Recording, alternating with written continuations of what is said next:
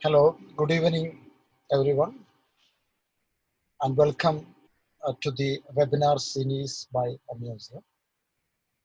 And we have today uh, a conversation with a renowned art historian, Johny ML. He has completed 25 years of his art writing, in his work in art history, criticism, and many more reading, in writing, book writing, translations, much more. Anyway, congratulations, Johny ML, for this wonderful achievement. And I would like to invite Johny ML, Saumik Nandi Majumdar, Arjun, and Sushma Sabnis and Meka Joshi join today's discussion. Today's moderator is Sushma Sabnis. She's from Mumbai. She was a marine biologist by education. She shifted to painting and art writing and art history since a decade.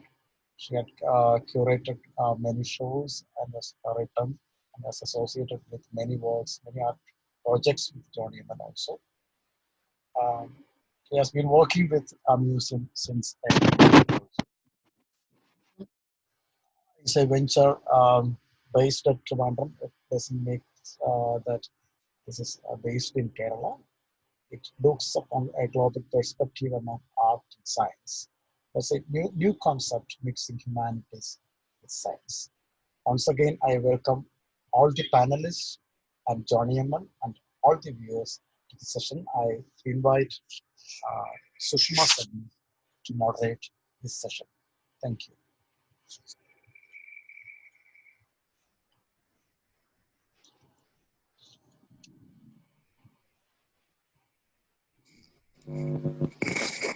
Thank you, dear Rajat. Can I start? Yes, please. Okay. Yeah, good evening, everybody, and welcome to yet another episode of Sharing Thoughts, a series of webinars hosted by Amuseum, Thought for Art Science Trivandrum. The topic of discussion today is 25 years of art history.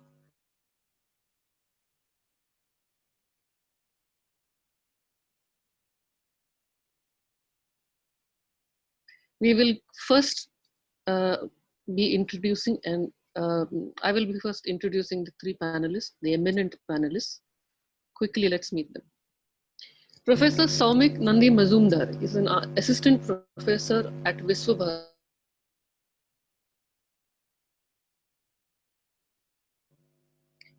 He completed his BFA and MFA in History of Art from Shantiniketan and MS University Baroda, respectively. He is involved in teaching art history, conducting courses on art appreciation, art criticism, art curating, and research on art education. He is an avid researcher of children's art and has curated some very innovative shows on child art.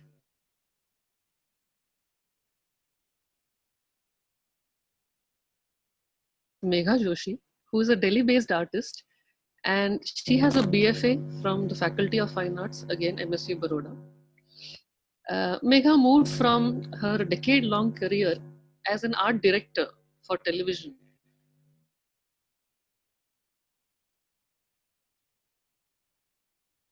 installations, drawings, and assemblages on subjects addressing religion, anthropology, gender, and politics. Welcome to you, Megha. Okay, originally, our next panelist originally comes from Palakkad. Arjun Ramachandran is currently Delhi-based, where he is a student of mass communication at the Jamia Millia Islamia. He has a keen interest in documentary and art photography, and also in literature and cinema. He was the associate editor of photomail.org, and he writes.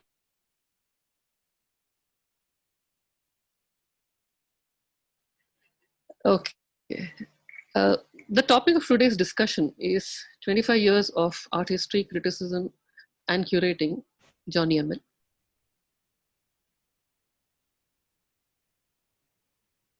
But for those of you who are unaware of the entire spectrum of the person and the persona, I will try to give an introduction as concise as possible.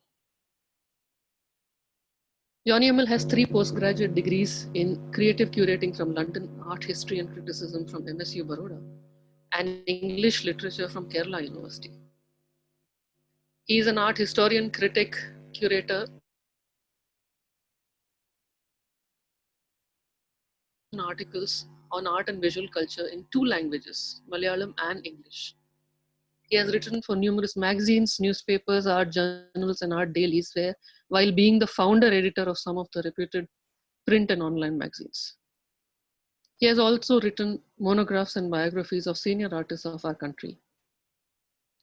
He has been a curator and project director of several path-breaking and insightful shows, exhibition and art camps, some of which I had the privilege of working with him. He was the curator, for example, the curatorial director of United Art Fair, and also the project director of Pune Binale, the second edition, to name a few. He has authored many books in 2 languages, over 20 published books so far.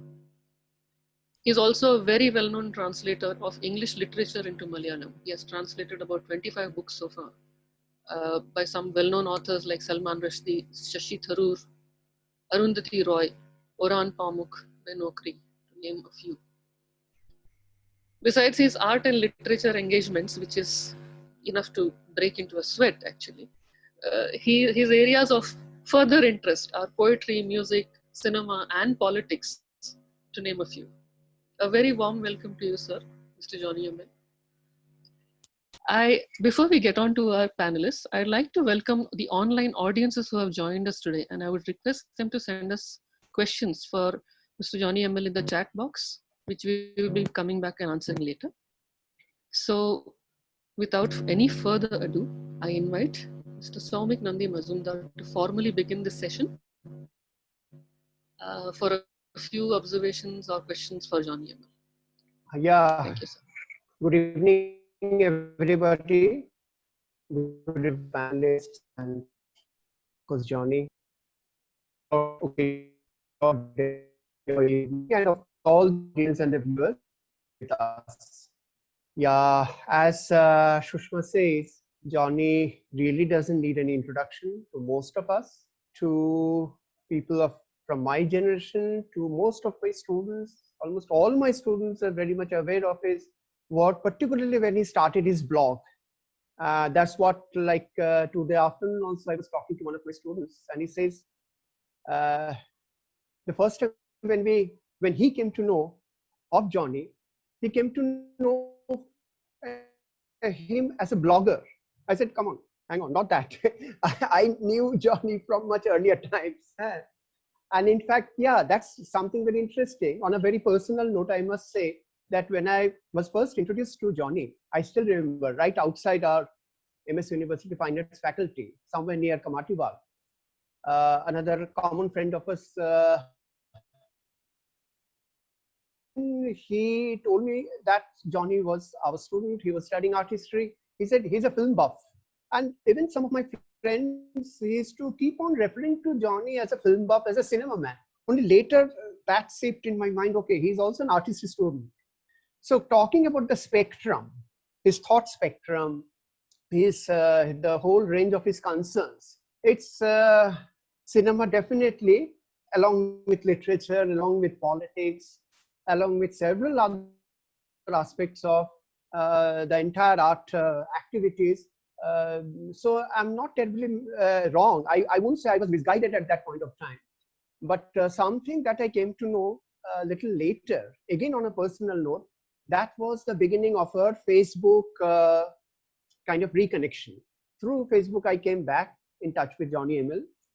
And the first thing, he almost kind of started scolding me, what about your plans of all those curatorial ideas? Why do you tend to forget them? Even I forgot them, some of them at least. But Johny remembered so accurately, so vividly, that I was very touched. And rest assured, Johny, I still have them. I'll do them one day. Particularly all those shows, particularly meant for children. I had all those peculiar kind of curatorial ideas, which I very casually shared with my friends.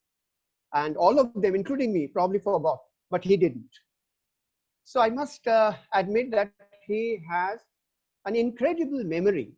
This is not only pertaining to this particular incident, which is pretty personal, but generally speaking, and that definitely reflects in his writings, in his ways of thinking, and in most of the activities that he is engaged with. And we talk about historicity, we talk about historical contextualization and all that. But I think where memory plays a very important role, where memory seems to be a very, very significant aspect of our engagement. As I'm an art historian, I also do a little bit of art criticism. I know how important it is in shaping our thoughts. And Johny, of course, does that very skillfully and very significantly, I must say. Now, quickly, I must say that this occasion, 25 years of writing of Johny ML, art writing of Johny ML, is also an occasion for us not only to kind of, I don't think Johny right at this moment is too early for a kind of assessment. He doesn't really, though he looks much senior to me, he is probably, but he doesn't need right to an assessment.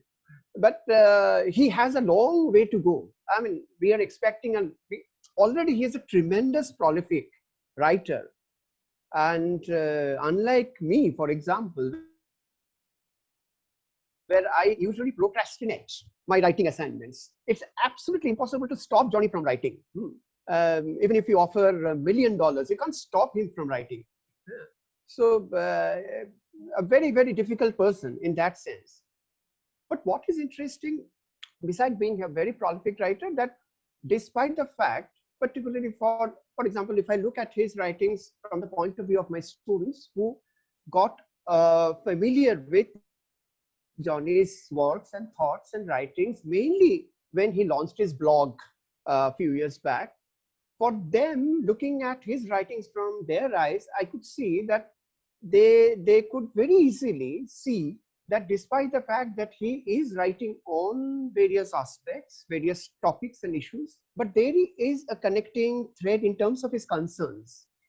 And one of the concerns that very obviously my young students got kind of drawn to, they were attracted to, they find very, very comforting also. And often they came up with this observation that, okay, Shomik, it's good to see that Johny is writing on very young artists, unknown, not talked about, or not so young, but people are not talking about them. So, and you won't believe, Sushma, and I tell everybody here that I'm not talking about the quality of writing and the content issue, but how the young artists have always felt uh, a kind of a great comfort to, because usually people are not writing about less known or unknown or very young artists, usually as teachers, because you see, I'm a teacher for last almost 25 years. So I can see that how teachers always keep telling their students, okay, I will wait for next 10 years, then I will assess. Okay, 10 years, 15 years. They keep kind of stretching the time for a very an active artist. I mean, but what is wrong? I had also thought myself, but I didn't have the courage to do, and Johny did it, to write on very young artists wherever they are at that point of time, at whatever stage of creative ideas or whatever they are at maturity, but to start writing on them. So if I am asked right now to point out at least one particular aspect that actually appeals to me with regard to Johny ML's contribution to art writing and his engagement with writing, this is something that I find extremely kind of encouraging for me also. And I find it very, very important because, once again, let me reiterate, usually in academia, we ask our students or freshly, just recently, who have qualified their masters and all, the very young artists, that okay, keep on working. We wait for next 5 years, 10 years. But instead of waiting that long, the fact that we as art writers can start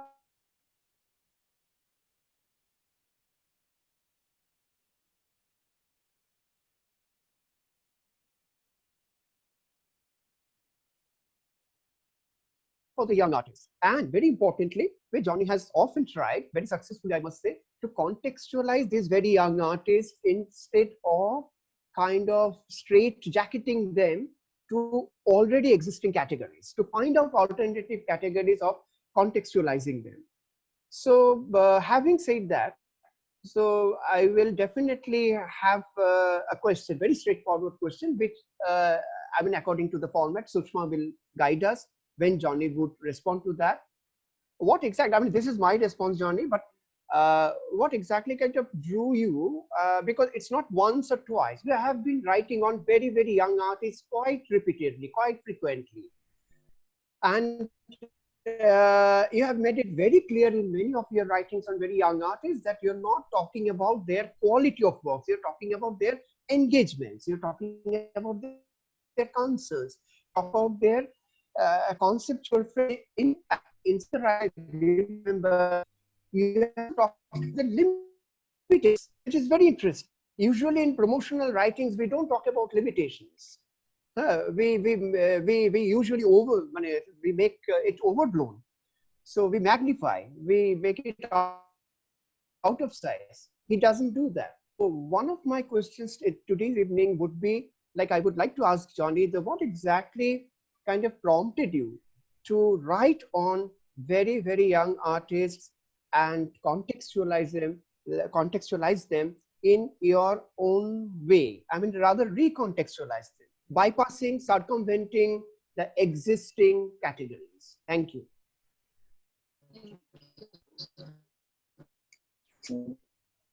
Soumik, this thank you very much for those very words, and just it's very heartening to listen to my contemporary, who is an academic and who has interesting good students. And also it is very touching to know that your students are really following me in at least through the blogs. It is good. A couple of things like definitely Megha Joshi and Arjun, Sushma, Ajit, thank you very much for being with me here today. Anyway, Sushma pointed out a couple of things like I write in two languages. Let me tell you, in my experience, accepting that you write in two languages in Indian art context is a minus mark. You have to speak in one single language, which is English. If you don't speak in chaste, good English, it is very difficult to, there is a saying like, when I came to the scene, uh, I used to face it for a long time, maybe for almost 10 years or so. I used to face this problem that you write in two languages. That means like you can articulate in your own mother tongue and also in English, in English. So now, coming to uh, Soumik's question, why young artists? Maybe my answer should should find its own origin from this idea of having two languages. If you have two languages, that is a minus mark.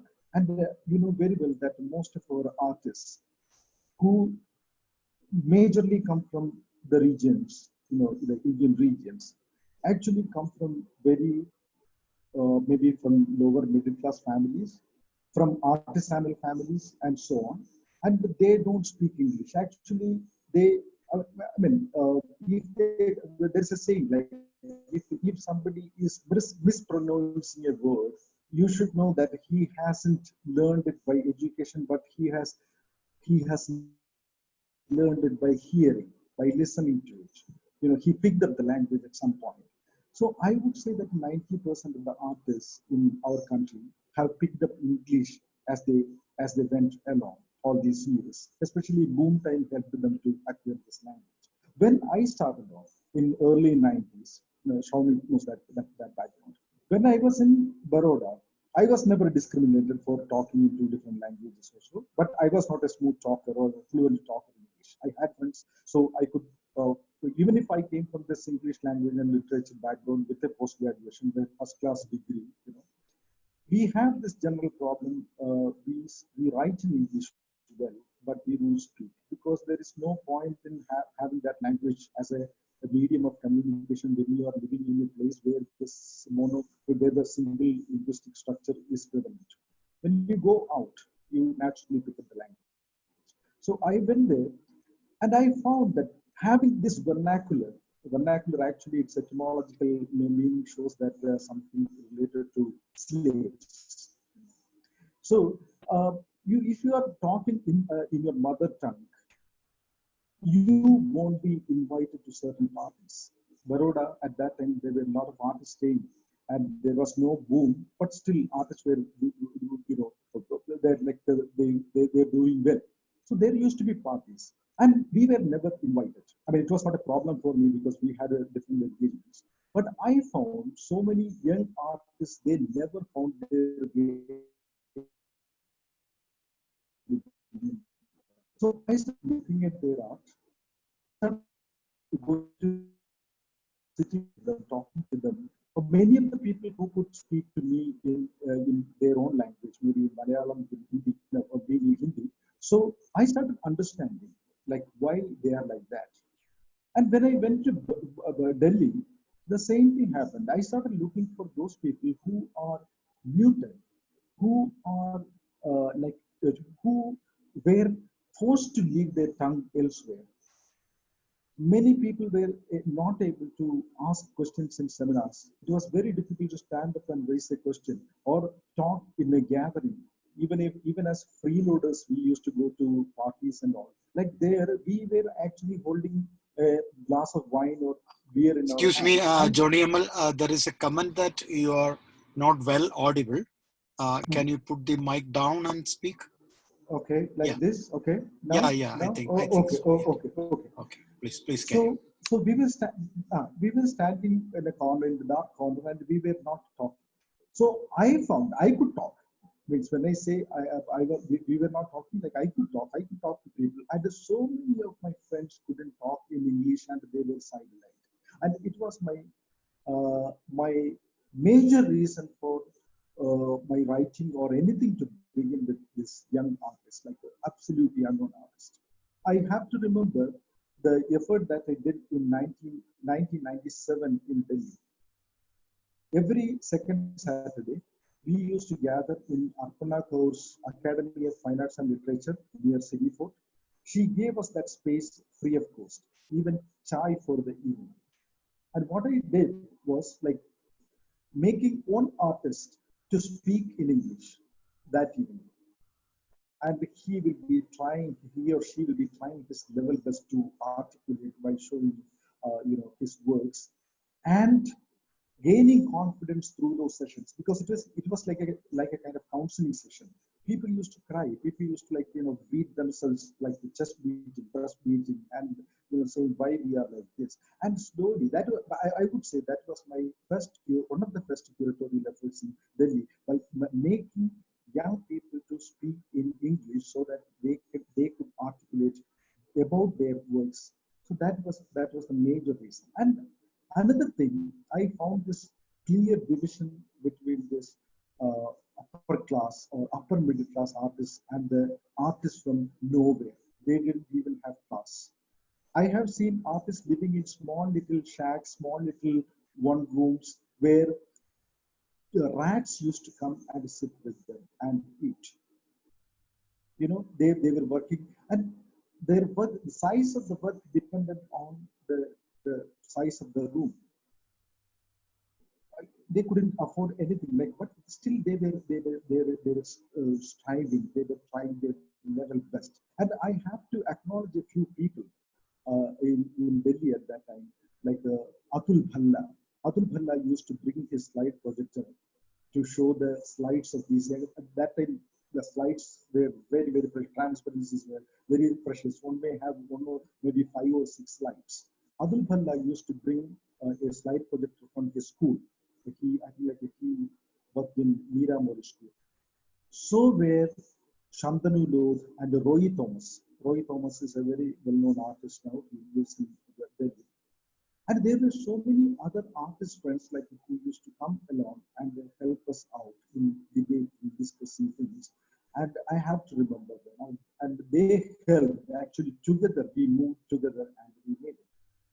then about writing, like Soumik was mentioning that like I'm a kind of obsessive compulsive disorder regarding writing. Like I'm very obsessed with the writing. My friend Chintan Upadhyaya, I remember him now. He's, because of certain reasons, he is not in our in a free world.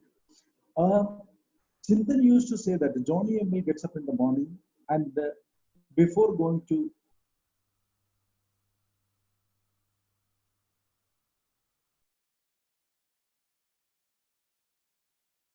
you know maybe it was a kind of very condescending comment, but coming from a friend I could understand that like he has this very cynical sarcastic way of looking at things.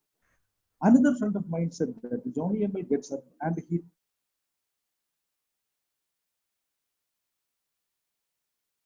has insulted him in the previous evening. Somebody has insulted him, then he is going to like spit fire and brimstone and in his blog next morning. Actually, it was not so. I used to like I used to vent a lot in my writing, but coming to coming to the writing of blog, there was another reason again, because of my straightforwardness, maybe not so sophisticated language in the sense like I was blunt, I was not very flowery, I used to put things very straight. Many people who were the who was who or who is who of the art scene in Delhi, they actually detested me. They didn't like the way I articulated things, I commented on things.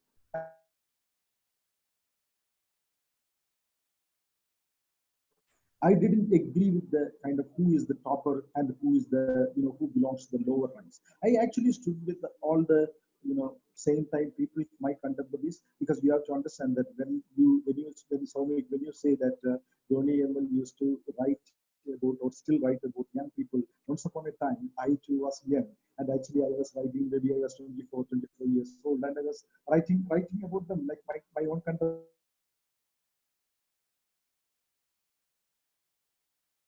Things like Art India magazine, that was the that was the only avenue. They stopped inviting me. I wrote for a couple of issues earlier, but they never invited me to write.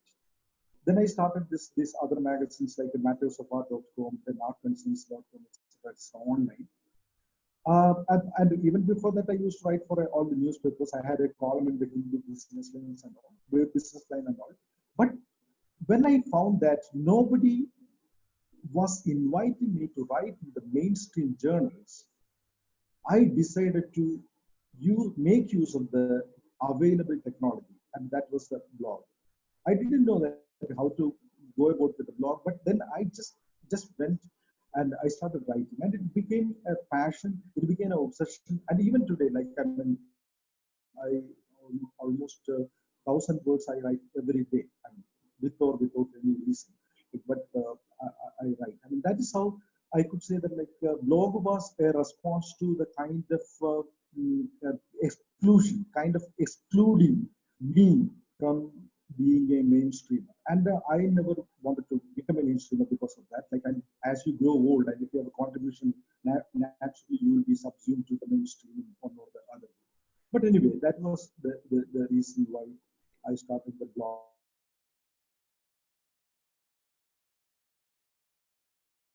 You can put it directly there. Earlier, longer pieces were not allowed. Now you can put longer pieces. So I write in there and I put it in the blog as well. So that's what I can talk about my prolific nature of writing. Thank you, Johny ML. And talking about being blunt and quite bold, we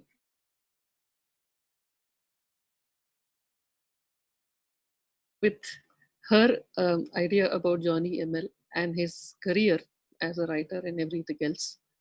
Please, Megha. Thanks. Congratulations, Johny. Let's mark this 25 year as an occasion right now. And I'm very humbled to be here because I cannot claim to keep up with Johny's history of prolific writing that he has done. I have been actively reading for many, many years, but I don't think Anybody who claims to have done justice to the amount you have written in English, since I don't read Malayalam, is lying. It's not possible, because believe me, I tried. But let me begin with, I think Soumik Da, I won't call you, I think we might be the same age, so I will say, he did address one of my greatest observations about Johny, which is the encouragement he has given to young artists. I met Johny, he was my senior in college, but we didn't have much of an interaction then, would be correct. We were not friends or interacting regularly. And 13, 14 years later in Delhi, I came back to art. It was very difficult because I knew nobody. I was out of touch. I was in the television world and I hadn't worked. And Johny met me without any conversation. He wrote an encouraging blog. And there was no, I'm going to write on you, there was no credit.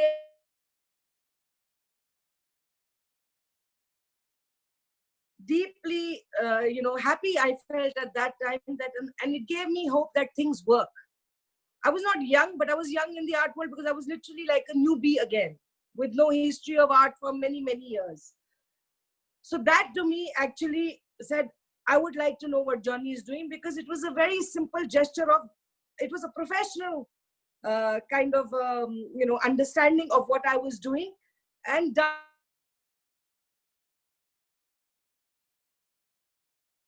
so there's one, that what he does for newcomers or, young artists is very well known. And I think a lot of people must be feeling a lot of gratitude for that.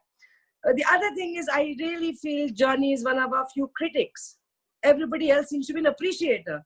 It's almost like I'm suspicious about the kind of art writing, very often saying, were they paid to do this? I'm sorry to say that, maybe I'm being cynical, but there is no critique. There is, what are the criteria? There is, it seems to be putting things in context, which Johny does. And also very incestuous. Most art writers I find are very difficult to understand. I'm sure Johny has read the philosophers. In fact, a lot of his writing has a lot of philosophical content. I know he would have read the Foucault and Derrida. I don't even know how to pronounce them, and Nietzsche and all. He doesn't need to quote them. And that is what a lot of art writers seem to be doing to what they're putting out publicly. Those are not academic papers. I don't grudge that linkage. But they're writing for public, and I can't understand. And I am a fairly literate, lucky person with a education which is English-based. If I can't, I don't know what's happening to the public at large. There is no attempt. So I really give Johny a lot of credit for being a very egalitarian writer who is very, very inclusive. Except when he writes in Malayalam.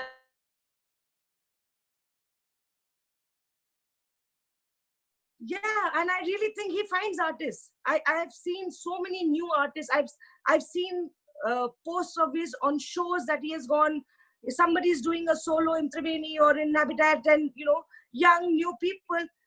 Not all the time. He's gone and covered them, and I'm quite certain he's the kind of person who has not been paid to come and write or covered for any kind of a publication.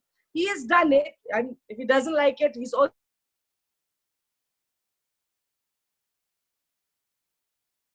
I know a few people who have been very upset with him because, he is brutally honest about what he's feeling, which is what I don't think he means that to demolish a person or demoralize them. I think it is truly a criticism, and one should be able to take it. In the sense, I really believe he means well. But I don't know if everybody is on that same page.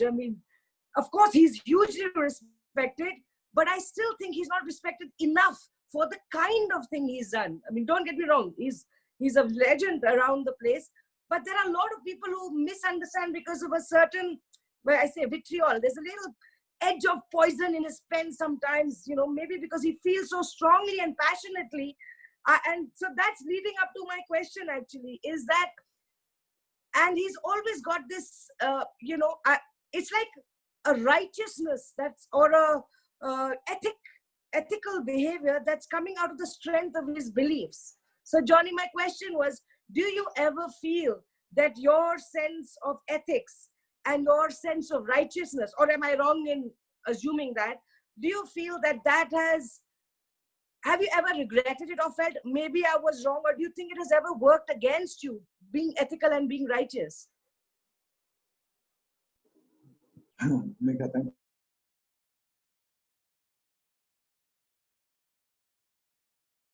Even when we were in Baroda, like you were my junior in the college, and we never used to talk, like you just mentioned.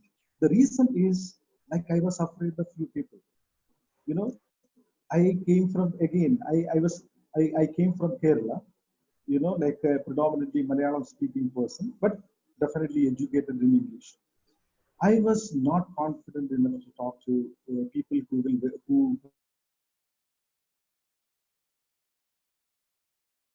in their like bunts, you know, like moving around, having tea and giving biscuits to dogs near the canteen and all. You know, like Shramik, you must be remembering, you must be remembering those days. Uh, Megha, you can Sorry, I agree. can't hear very well. Uh, I think like rest of the people. I think Johnny has to keep the mic down and Down or speak down. loudly. Okay, now, Yeah, okay, yeah. okay, yeah. So like I was telling that I was afraid of you people like Megha and all those Delhi people, you know, who used to wear shorts and the t-shirts, you know, you know.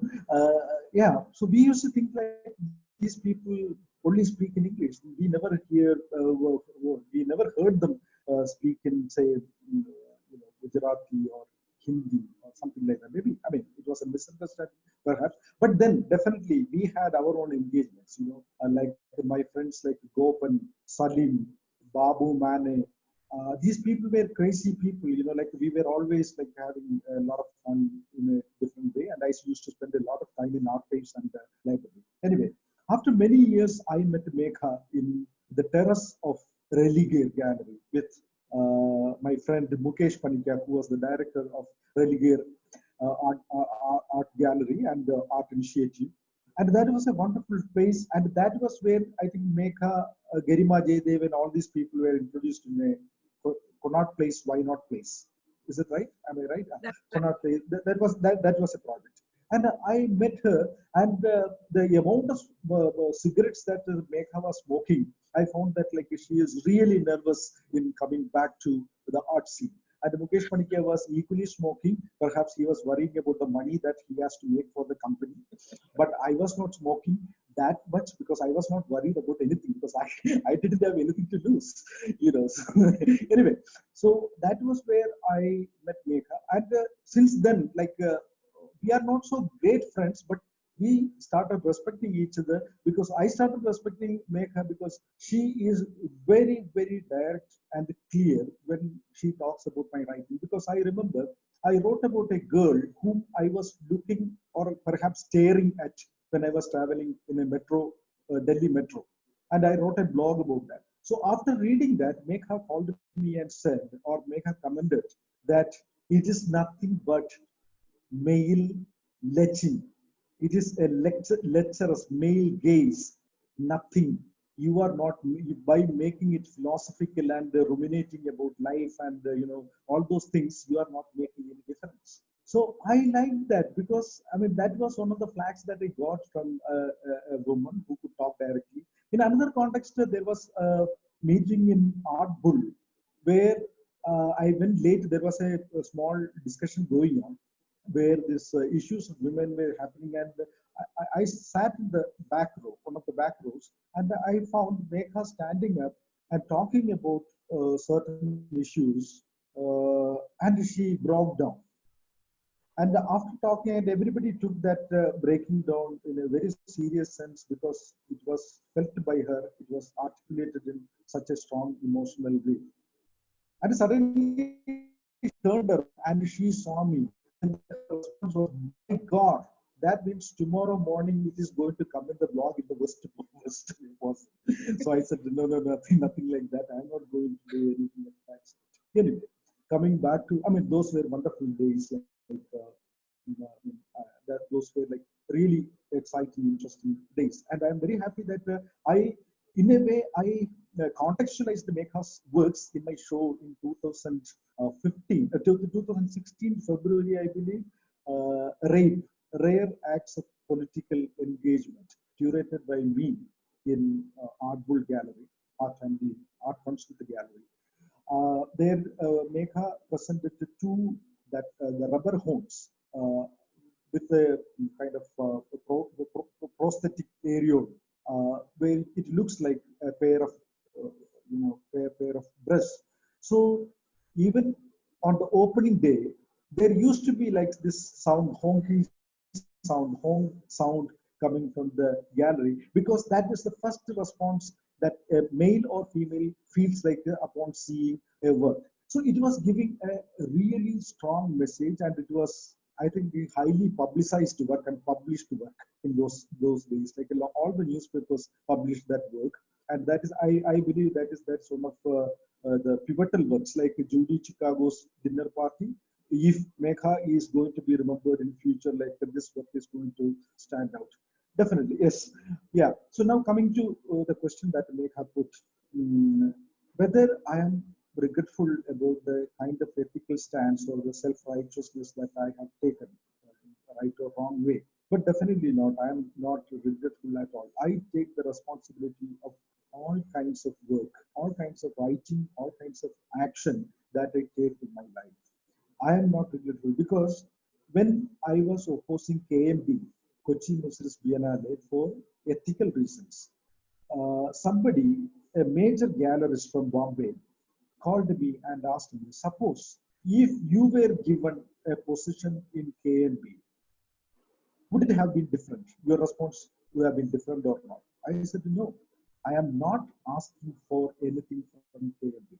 I am raising an ethical issue. And for that, I had to suffer a lot. Even Ajit was my fellow sufferer in that thing. We stood together. Actually, first time came in contact with Ajit, I mean, remotely. We never met. We met in 2012 or something. Even before that, like in 2010 onwards, we were discussing this KMB's ethical issue. I have to make it clear. It was not about like Bose or Riaz or Bonnie Thomas or any of my friends engaged in that. We were thick friends. If you know that I am the first editor who gave a cover story to Bose Krishnamacharya in Art and Deal. I was editing. And I think like that whole issue was bought out by Bose himself. Because that was the kind of response like he wanted to get about. I mean, it's a wonderful thing to do. Actually, that was he was like he was and he is like an anti-war. He does his own kind of things to be out there. But anyway, so I am not. I do not regret for whatever I have written, for whatever I have done. But recently, a young artist asked me, like, again, the way you raised, like, I am vitriolic, I have some poison in my pen and tongue. Yes, if you ask that, is it the same position, attitude that I take in my writing? What is if you ask me what's the difference between the writing then and the writing now? I would say that I stand by the writing now. Definitely, I don't disown the writing that I have done earlier, but it is like what Mahatma Gandhi said. Like Mahatma Gandhi always, repositioned himself and he contradicted himself. So somebody asked, like, you still last year you said something, and now you are saying exactly the opposite. So Mahatma Gandhi is, reputedly said that, reputed have said that I stand by what I said the last. The latest comment is the right comment on that. So I stand by what I write. My writing has changed, my life view has changed, my perspective has changed. I don't keep I mean, even then, I never used to keep grudges. I used to be very severe in my criticism. But now I have actually, I'm not that severe in my criticism now. I still want to see the positive side. The greatest realization is that like you can have an opinion about everything. Maybe everybody has a view and an opinion about life and their expressions. That is what they show in their works of art. So from their perspective, they are right. However skillful they are, however unskillful they are. So I try to see that aspect of artists now. But if somebody is like like very visibly, overtly pretentious and overboard and all those, then I need to say. So I don't mince my words in saying that. Then about the philosophers, actually, as a Malayali, uh, and also an English literature student, when I went to study Baroda, in Baroda, my art history, I was thorough in my theories. Whatever theories available at that time, I had read. And from Baroda, there was a kind of real takeoff, a lot of reading, and I spent most of my time in reading and writing. I mean, many. I'm a very disciplined person. People used to think that because I used to go to gym and all, like I had a mechanics. I used to wear this tight t-shirt and all. So one gallerist even asked me, like, do you find time? Do you get time to read and all? Then I asked, why? I don't know. You look like you spend most of the time in gym and partying. Whenever she sees me or whenever she saw me, like I was in parties. So they used to think that I never used to read or anything. But in that sense, I am a very disciplined person. I read a lot. When I was studying in Goldsmiths College in London, I presented a paper. So it was like jargon filled, full of theory because I wanted to impress the white people. So the young professor out there, she said me that as an Indian, how do you know all these things? So I said, like, the day it is published in India also. Like, don't you know that the globalization is already there? Like, we were like 12 years into globalization at that time when I was in London. Then from there, I understood that the people, especially like a person like Matthew Collins, the British critic, he is a class apart. Like when he writes in a totally different way. He is very direct. Julian Stalabras, another writer, and now Jonathan Jones, Jerry Saltz. These are the writers who whose writings I thought that I mean, if I was an American or something, like I would have been the world topper or something because the fashion they write and something people like Matthew Collins, Jerry Saltz, Jonathan Jones, these people communicate with me over Facebook messages and emails. I am in touch with all these people, not in a regular fashion, but definitely those people read me. But as Megha said that like the due, then I consider, personally speaking, I always believe that all the writers, a fiction writer or an art historian or a critic, all the artists, painter, sculptor, multimedia artists, whoever, all the creative people have a posthumous life. Not in terms of that spiritual, you will have a different life in paradise and all. No, no, not that way. Your posthumous life is that people reclaim you from oblivion. Your works will be taken, dug out from the dust and the ruin, rubble of history. Because people like you are going to be coming in the line. Genetic science also says that people are going to come like you. They will dig you out because Van Gogh, Paul Gauguin, all these people were dug out many years later. So I'm not saying that like I will be like one of those, but we all these people who are in this range, Samita, Arjun, Megha, Sushma, me, myself, Ajit, our due place will be given, or our due place will be gained maybe the day when we are not here and other people talk about us. And all those trendy, fad people, they may remain, they may not remain. If you look at the last 25 years of my, talking from my experience, I wrote about a man, Ishan Bahuguna. My first article was about Ishan Bahuguna, who was exhibiting at that time. He was a well-known name. Who was exhibiting in Lalkala Academy. But now I don't know where he is. Maybe he is working. I don't know. I have seen the decline of artists. I have seen the disappearance of the artists. I have seen the shooting stars of the artists. I have seen the comets falling down.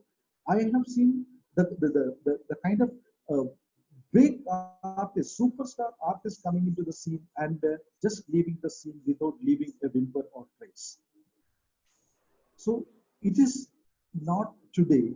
your writing is going to be recognized, your art is going to be recognized. Because whenever I look at the works of art by those artists whom I considered young at some point, now they are matured and they are big, well established artists. I find that their old works are better. They were sincere, they were direct, they were very throbbing with ideas and life. Maybe now they are sophisticated in their language. That's it. So on two counts, I would say that like I don't regret because I believe in my posthumous life. People are going to find, dig me out at some point, like all of us would. Yeah. Thank you. I shall also tell myself that I'm working now when I will get the glory in my posthumous life. It's a good Yeah, thing for definitely. me to keep in mind when I feel Definitely, definitely. despondent. Yeah, definitely. Thank you. Um, our next panelist is Arjun Ramachandran. Arjun, can you unmute your mic? Yeah. Yeah. Please go ahead and ask your question, make your observations. Okay, so I don't, now that like so much discussion has already happened, I don't really have a question to ask, but I'll just make some observations and maybe I'll come up with a question and then I'll ask it. But like some of the discussion that has been happening here, like I'd like to go into some of that details, because like 25 years like, is a long time, and that's longer than my life. So I'm not like the best person to comment on uh, the entire career of Johnny sir. So I'd rather like make some passive observations, maybe like what I have gathered from him. And I think like that's the best thing. That's the best way to deal with Johnny sir's writing, because he always goes on tangents. So it's not never really about just one thing. And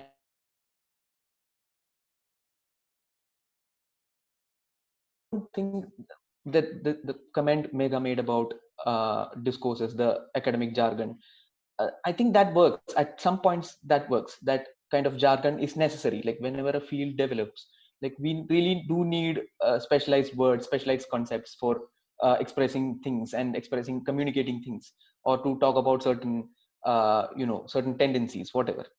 But we have to really ask ourselves the question, like, what is art writing in India, or even not even in throughout India? Like when we talk about India, we're talking about mainland India and metropolitan India. So what is this art writing that we are talking about in mainland India or metropolitan India? What is its purpose? Like, why do we write about art? Why not just, like, let's let the people see. Now that we have internet, like we can just share the images. Everybody knows about like Picasso today. No, nobody is reading about Picasso's theory. Like people are directly watching Picasso. People are directly watching Da Vinci. At best, they read their bios. So then, like, what is like art writing going to be in the future? Is a big question that we have to ask. And I think like this question I started asking myself, and I started asking this question whenever I read an art piece because of Johnny's writing. This is like my takeaway, biggest takeaway from Johnny ML's writing. And this turn, I remember this turn came when I read an article about Sunil Jana, which he had written. I think it's in his blog, I think 3-4 years back. It was one of the first articles that I read of him. And being a photographer, this was like a break for me. So in that article, there is a clear use of theory. So theory in the sense, it's not very, what do you call, jargon filled or anything. There is that, just that one technical word, gaze, comes in. Apart from that, there is no other technical word, so it's accessible to everybody.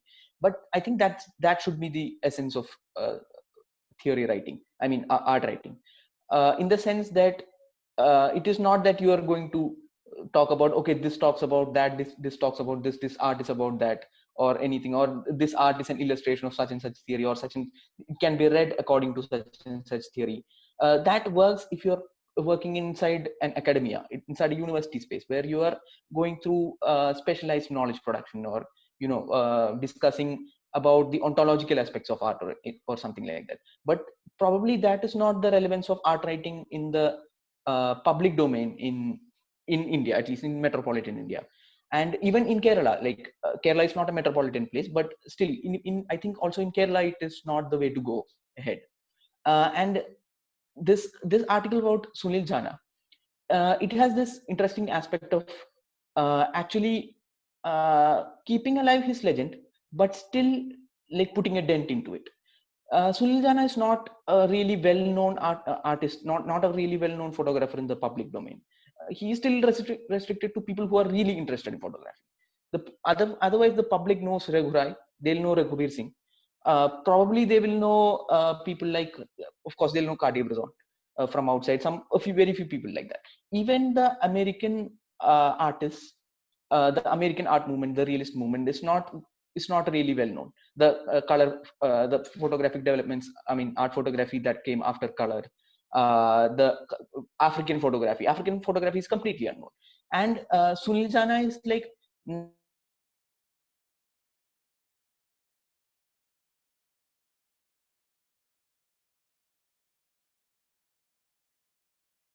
the person because he is not like popular like Raghurai or somebody is.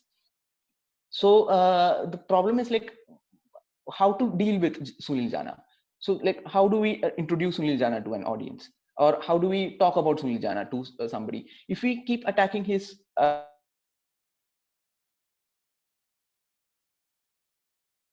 is like a one-dimensional thing, because it does not answer anything to as to why that legend was constructed in the first place.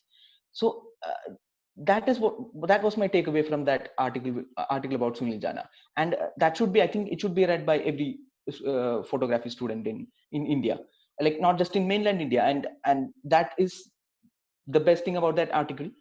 It is not restricted to a metropolitan gaze, because it deals specifically with the question of how tribals are seen from the eyes of Sunil Jana, who is an avowed communist, and he should not be like, as the article ends, like he should not be seeing it in that gaze.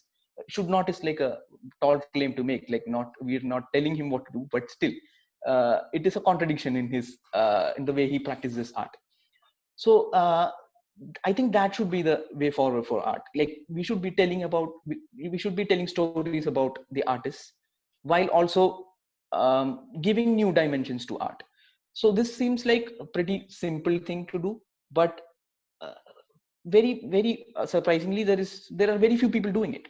And the other thing is related to this itself. Like now that this coronavirus pandemic is going on, there is very little that is probably going to survive from the so-called traditional arts. We have already, like, pretty much everybody is having a lot more free time these days, and the art that they are turning to is not painting or sculpture, or not even architecture. Like, because architecture you can't go out, so probably not, people are not going to spend time at monuments or whatever. People are spending time with Netflix, people are spending time with video games. So there is also a shift in the medium. So what is art writing going to do to deal with this change? So basically people are still turning to writing, because writing is like the basic medium in civilized society. So nobody is going to reject writing altogether. So now it is a question for art writing, how it will uh, survive after the coronavirus lockdown, because now it's not going to survive by writing about simply about painting, or about people who are practicing, who these giant people who are practicing painting. It is not going to survive simply writing about art history, because there is now going to be new art history. Like there is going to be a new perspective from which art history is going to be seen. And I'm the part of the generation which is naturally prone to seeing art history in a new way, because we don't look at things in the paradigm of modernity, postmodernity, colonialism, post-colonialism. We are like post-colonialism. Like we are looking at the problems of post-colonialism right from the time we were born. So for us, and like people in my generation, the writers of my generation, the artists of my generation, they are not going to fit in the paradigms of the previous thing, and more so after this year, after this lockdown is lifted. So for that paradigm, I think one of the best writers is going to be Johny. So I hope that he is going to write more about uh, uh, what is happening in these days in art and in new mediums. And one of the best examples for that, why I brought this up, is because there was an excellent article on Sohrab Hura, his rooftop series, where there are the paradigms are like not new as in like groundbreaking, but still there is a perspective that is brought in that is accessible for accessible and relevant. I should use the word relevant rather than accessible for the world that we are living in today, for the political climate that we are living in today. And there was another, I think recently there was an article on Wikiroy where there is a political question also being brought up. So these kind of questions are going to now turn up in art, because art is like from now on, like through the political changes that we are also going through, art is not going to stay stagnant on these ontological, these mystical questions, this treatment of the sublime, and these what do you call these very subjective personal questions. Now art has to be, even the most subjective of art has to be read within political dimensions. So, and it is not simply a case of which political party symbol you use in your art, and or it's not about whose portrait you make. It's not about like which leader you are like going to draw, or which public artwork that you're going to make, which sculpture, which bust you're going to make. It's not in that dimension. It's about more about what kind of images that we are making. And this kind of art writing is sadly like totally absent. And one of the people who has dealt with these questions is Johny. So you can talk about how for example, like in Kerala, like I can personally talk about Kerala, the image making is completely controlled by commercial art. For example, especially by advertisements, not even by the commercial art that is run by the galleries. It's completely taken over by fashion designers, by cinemas, art directors, not even filmmakers, art directors. It's the art directors who set the place, like set the location, and it's like stagnant for that very reason, because they are not getting any ideas apart from the traditional ideas that they're holding. So these kind of new dimensions that in criticism that has to come up, these are the writing, I think, the art writings of the future. This is like a perspective I have from simply by being in my generation. And for me, like very few art writers of the previous generation, and I'm very sorry that somebody who is as young as Johny sir is in art, I'm very sorry to address him as a someone from the previous generation, but still there is an age gap between us. He is one of the very few people who deals with the art of tomorrow, not just with the art of yesterday. And there is no art of today in there. Like that is a completely leftover thing. I think that we have to go to an art of tomorrow directly. There is no stopping at an art of today, because it has to be a radical break from the what we've been taught as art history. And I think recently also in Johny sir is going to write about Kanai Kunjaraman, who's a very important writer, who can be classified as an artist of yesterday, but he still has not gotten the kind of attention that he deserves, because we are still stuck in Raja Ravi Verma, which is like 1 century back. So we don't have time to catch up through like one by one through people. Of course, Kanai Kunjaraman has to be written about, but after that, I think we have to just jump to art of tomorrow, and that is the biggest credit I can give Johny sir. He's the one person who writes about the art of tomorrow. Yeah, and that's it. I didn't come up with a question. I'm sorry. Okay, Arjun, thank you very much. I just have to ask Shaumik, like, because he had earlier mentioned that he has to go around 9 o'clock. Could you please be here for another 10 minutes or something? Okay. Yeah. So, Arjun, I think none of the panelists would deny the fact that this is one small little speech or statement by Arjun Ramachandran, who would like to be known as Arjun. Seen, heard, and revised, reviewed by all the art writers in India. All the people should listen what he has just said, because if you address the questions that or the concerns that he has raised, we can't expect all the time that one or two people handling everything about art. Because I remember in 2016, I was invited to National Gallery of Modern Art to give a speech. While I was giving a speech, some young chap from the audience got up and said that, "Sir, you are not looking at our generation." So I said, "Come on, like I have been looking at your generation when I was in your generation. Now you need to create one critic out of one or two critics or 10 critics out of your generation. When Coach peer group started, like that was in 2003 or something, something like that, Coach peers, they started doing a lot of art and science.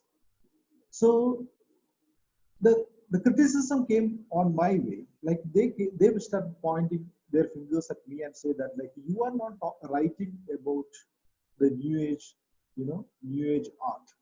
So I said, come on, if you are creating new art, it is your responsibility, the scenario's responsibility to generate your own kind of critique. Because my context created me. Megha's, Shaumik's, Sushma's, their context created them. They Arjun is actually when you say post colonial, because you born into the post colonial, you born into the technological revolution. So I think like arjun's maybe Arjun himself can pick up this task anyway. That you what you said is extremely relevant and we need to address it, and definitely I will also try my best to understand your generation and the contemporary times. As you mentioned, I'm definitely doing it. uh, then I used to qualify this kind of academic criticism or whatever kind of criticism in two different ways. One is stencil criticism. I used to write about it. Stencil criticism is that you have a theoretical framework, you have already made the stencil, you put on anything, Megha's work, Sushma's work, Soumik's work, anybody's work, and you get a beautifully theoretically, what you call articulated work. It will sound always good. There was a time like people used to go to gallery and look for the black cube, because even if you are a painter, if there is a black cube, you will have a video. You may be an extremely good painter, but you should have the black cube. You should have a video. Then only you will become a good artist. There was a time you used to start you had to start your article with a quotation from, say, one of those Alfred Jar or Gayatri Chakravarti Spivak or Derrida or Foucault or anybody. It is a prerequisite to make your article read better, look better, sound better. I call it Cinderella criticism. You know the Cinderella story. Cinderella, everything actually turns into pumpkin and chuhas and rats and all by the turn of the 12 o'clock or turn of the day, I mean midnight. So your criticism, if it's a Cinderella criticism, your jargon infested writing can go only to certain extent, and then one time it is going to fall. In Baroda, we used to actually make fun of our teachers, like who used to come up with a lot of jargon infested writing. We say that they write in normal English and they take this magic band, which is called a thesaurus, and touch it on their paper and say that change. Then it looks like a very academic thing. Definitely, I use a lot of theories. I use a lot of the latest contemporary philosophies in my writing, including the latest of Bruna Latour. You know, a lot of because of Ajit, I got into he's a medical doctor and into a lot of genetic science and evolutionary biology. So I also go into a lot of reading into that side. So my writing has considerably taken all those things into it. Now, regarding contemporary art writing, I think we need to grow up with our time. First of all the writings have to be relevant for the humanity. All kinds of art writing has to give a perspective to an inclusive life, not an exclusive life. Like it is understood by a certain set of people or certain class of people. It should be extremely inclusive, whether it is gender, whether it is marginal, any whatever kind you talk. So this is my primary idea of being a writer or a contemporary art critic. I look at the works; those works actually deal with an inclusive politics, an inclusive life politics, life perspective, which has environmentalism, which has all life forms, all kinds of. Then I have because of my training in this and because of my own personal engagement with the art scene, I have developed this eye for seeing sincere work. If somebody tries to like pass off some fake or kind of pretentious work as a real thing, I can easily sense. It is like a kind of a forensic, forensic sense of things. Like you look at certain implications and then you understand it.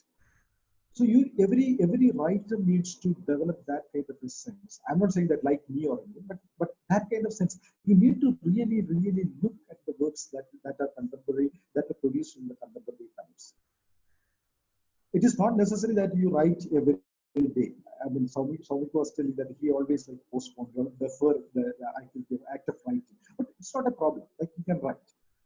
I'm not saying that I'm not insisting that everybody should write like, but uh, the real issue is that the contemporary, what a contemporary writer does, he or she has to, fix the priorities by looking at the world, by reading what is contemporary, by looking into the lives of the people and understanding the contemporary politics of the country, contemporary world politics, and all technological innovations and the scientific innovation. Even if you look at a museum, the tagline of a museum is a thought for art science, a space for art science. It is not written separately, art and science. It's art science because the future is, or today is, a conglomeration or a merging of humanities and science. That is where future lies. Because many scientists have said that the difference between humanities and science is this, that the humanities imagine and the imagination flowers and it could remain in imagination till it turns into a human force. Whereas science imagines and this whole effort of science is to make it a reality or a human force. But there are the areas where these two areas juxtapose, which is beautiful imagination. And without this imagination, we can never push our lives positively forward. And Corona days, as Arjun suggested and Arjun mentioned, Corona days are teaching us a lot of things. How to be a good human being, in the sense an inclusive human being, and that makes you a good artist and a good writer. And definitely, my writing has taken a change because of the Corona days. And I'm sure that all the art writers in India have to listen to what Arjun has said. I mean, it's very important, I think. Thank you. Does anybody else have a question? Or can we open the floor? Sushma, Yeah. we have 3 questions from our audience that were typed and sent to both Johny and Sushma. Can Johny see the questions there? Where exactly Q&A? Yeah. Yeah, there are 3 questions. Yeah. Can you Prakash, answer them? what is the artificial intelligence in the business? Writing, how writing has changed you as a person? How the animation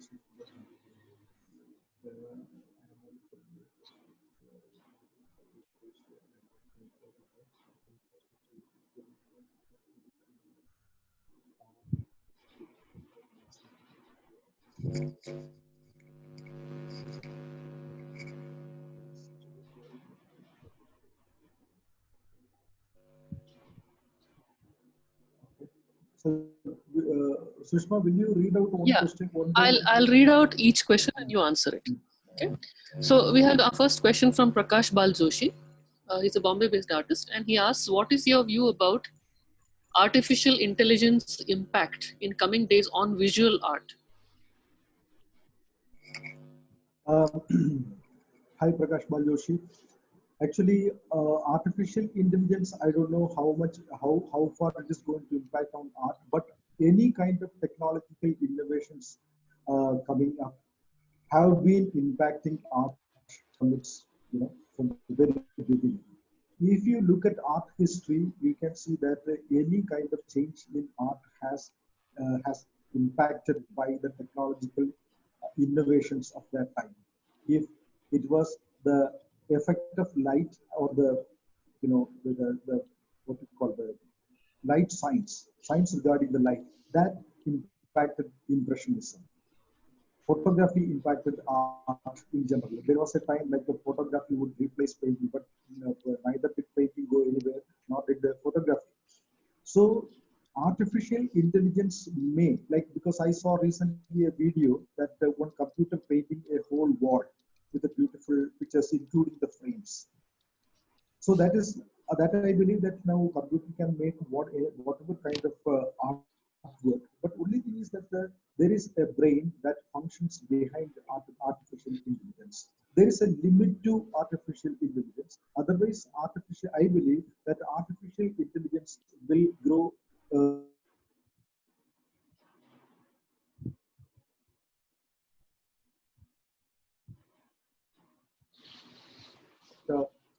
kind of artificial intelligence army attacking us, provided if we believe that artificial intelligence could replace creativity altogether.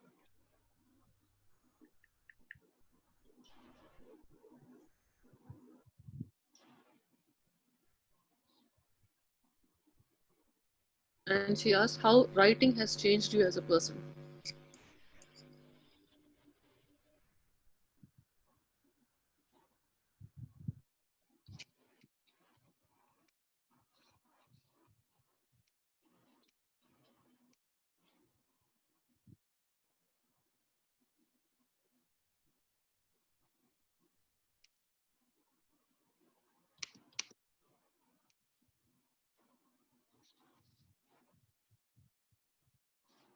Like that you need. So writing is a sort of thing in my brain. I don't know like how to explain it. Everything happens in terms of writing. Like the artists generally think in terms of visuals and how to execute those visuals in their respective mediums. In my existence, it is anything, anything. If I see a flower, if I see a friend, if I see anything, it occurs in me as a piece of writing. It appears in me as a piece of writing. I just need a braining sentence, then everything happens. It's there.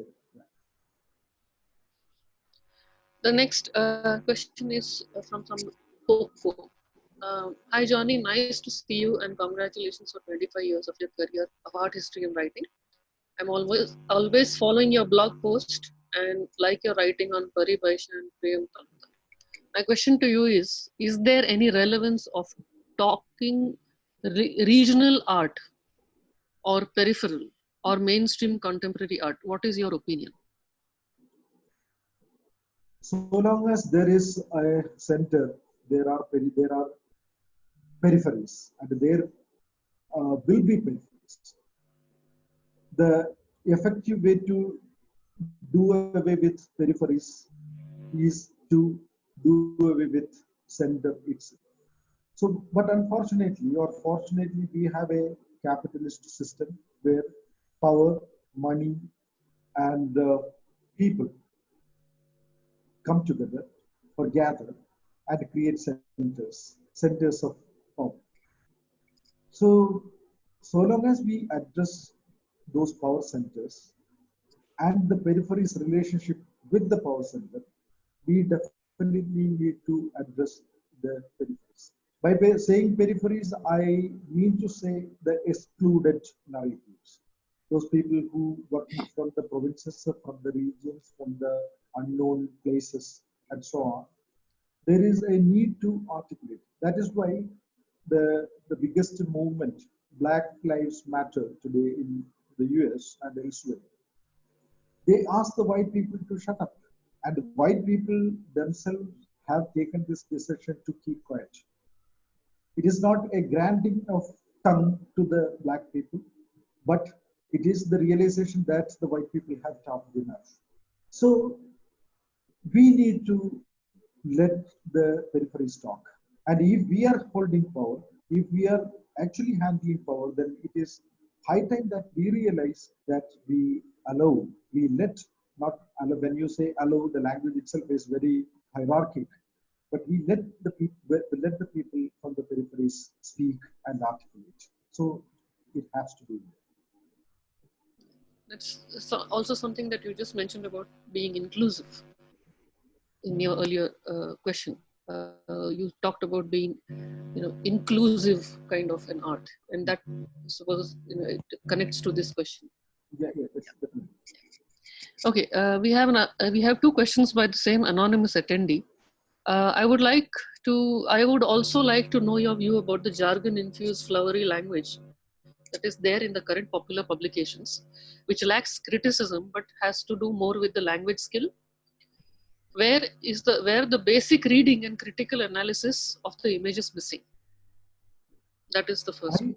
Yeah, I will not actually criticize the writers for that. They are also human beings. If people are using very flowery languages, if people are using really fabulous expressions and making an artist feel really good, then it is not a problem that lies within the writers themselves.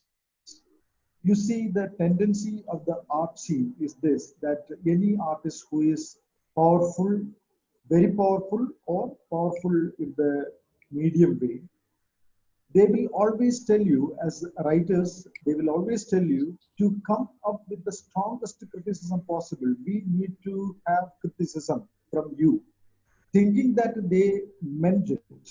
You go and they come up with a very beautiful critical piece, and the next day you will be reminded of your previous generations, including your father and mother.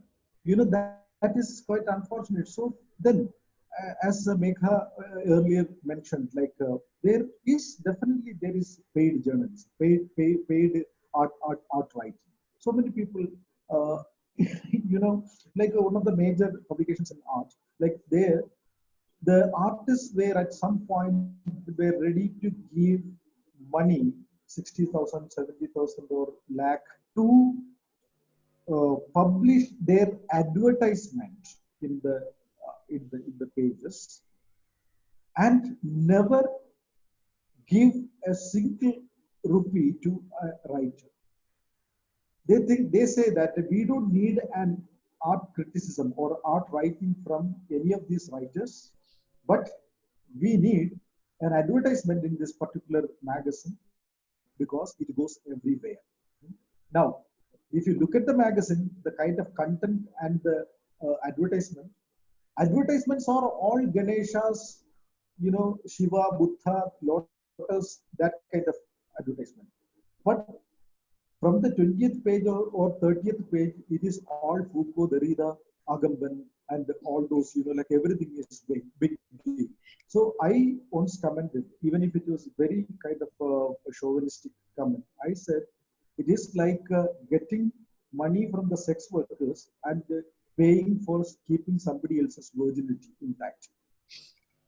So the same magazine has these two different kinds of attitudes in publishing things. So if people are using flowery the languages to suit the egos of the artists, then I don't think like they are responsible. But artists or the art writers themselves have to this, what we discussed earlier, like the ethical feeling, and also what Arjun and the Soumik said earlier, like responsibility, some kind of a responsibility towards the kind of scene that they are functioning from. Yeah.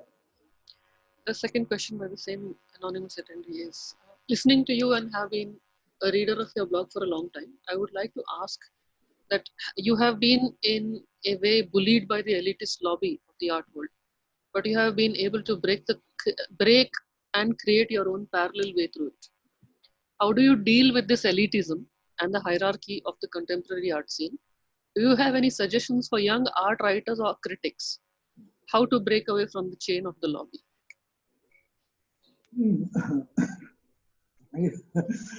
Actually, people actually are very fanciful or very happy or very proud about their struggling days and all. But I don't think that like the struggling is really good for a writer. Writing struggle is needed, the struggle to write, but the physical struggle in real life, that is not needed. That is not needed for the writer. That is not needed for the artist. They need to do well. My humble suggestion is that everybody should actually do well, because what I demand is the dignity of life. If you are a writer, you need to live a dignified life. So if an artist is working in a school and earning money and then doing art, I will not criticize him or her, because that person is doing something, live a dignified life. But we have created this aura of a struggling artist. An artist should be struggling 24/7, so that somebody else will actually get the, like taste the all goodness of life. But this person or this group of people will suffer. So I don't think like that is needed. But still, there has been a kind of fight with the so-called elitism. I still don't know like actually who belongs to the elitist group, because when I go to attend, I used to go to attend the five-star parties. For the time being, I also used to feel that I am inside that, in that elite group. But the next day when you are back in Delhi, on the roads, so you don't know like who actually. But still, that nascent elitism is there, and oh, yes, I found a parallel way, because the technology allowed me to write in blogs, as Shobhi earlier said. Like, so blog was a very powerful medium. And to the young writers and young art writers, my suggestion or my advice, if at all I am kind of worthy enough to give an advice to the young people, I would say that get up in the morning, go out, see the nature, see people, how life is happening. If there is an artist in your vicinity, go meet him or her in her studio. Try to know what he or she is doing in real time, and then read a lot, see a lot, and it have a holistic interest or 360 degree interest in almost everything happening around you. And the most important thing, write. It is only writing that helps. To become a writer, there are so many friends, like like they always say that like one novel is ready. It can come out at any time, you know and they can spend like 15 to 20 years by saying that novel is because that is a hope of living. So But they still, our panelist, we are yeah, just coming to the brim of our time. okay, so that is it. Right, that's it. Yeah, that's it. Thank you. Ajit, would you sum it up, please? Yeah, sure. This was very a happy time, a happy webinar, an interesting webinar. Uh, I congratulate, and Amuseum is thankful for Johny ML, Sushma, Saumik Majumdar, Arjun, and Megha Joshi, and all other attendees who spent time with us joining this webinar. And a goodbye to all of you. Thank you. Thank you, everybody. Thank you. Thank you. Thank you.